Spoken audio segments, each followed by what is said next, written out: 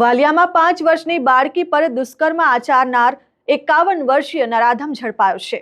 વાલિયા તાલુકાના એક ગામમાં રહેતી 5 વર્ષીય બાળકીને અજાણ્યો ઈસમ ચોકલેટ અને પડીકા આપવાની લાલચ આપી અપહરણ કરી ગામની સીમમાં લઈ જઈ બાળકી સાથે શારીરિક અડપલા કરી દુષ્કર્મ કર્યું। બનાવ અંગે વાલિયા પોલીસે અપહરણ અને પોક્સો એક્ટ સહિતની કલમ હેઠળ ગુનો નોંધી આરોપીનો સ્ક્રેચ તૈયાર કર્યો।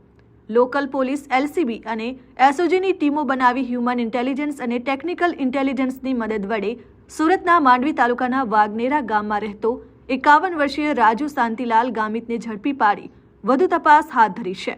નરાધમ રાજુ ગામિત એક લગ્ન પ્રસંગમાં હાજર હતો, જે દરમિયાન જ તેને ઝડપી પાડવામાં આવ્યો છે। પોલીસે તેની ધરપકડ કરી જેલ ભેગું કર્યો હતો।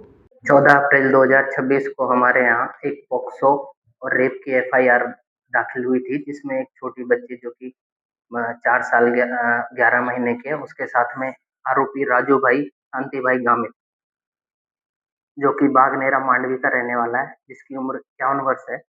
उसने उसको बहला फुसला के चॉकलेट का लालच देके खेतों में ले जाकर उसके साथ रेप किया था, जिसके चलते हमारे यहाँ रेप विद अपहरण और पॉक्सो की एक एफआईआर दाखिल हुई थी।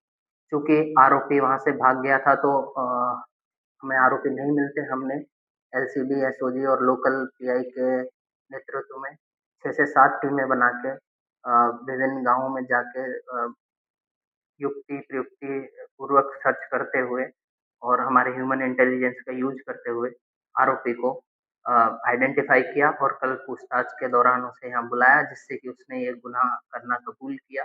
Dharmesh Patel, RN news, Ankleshwar.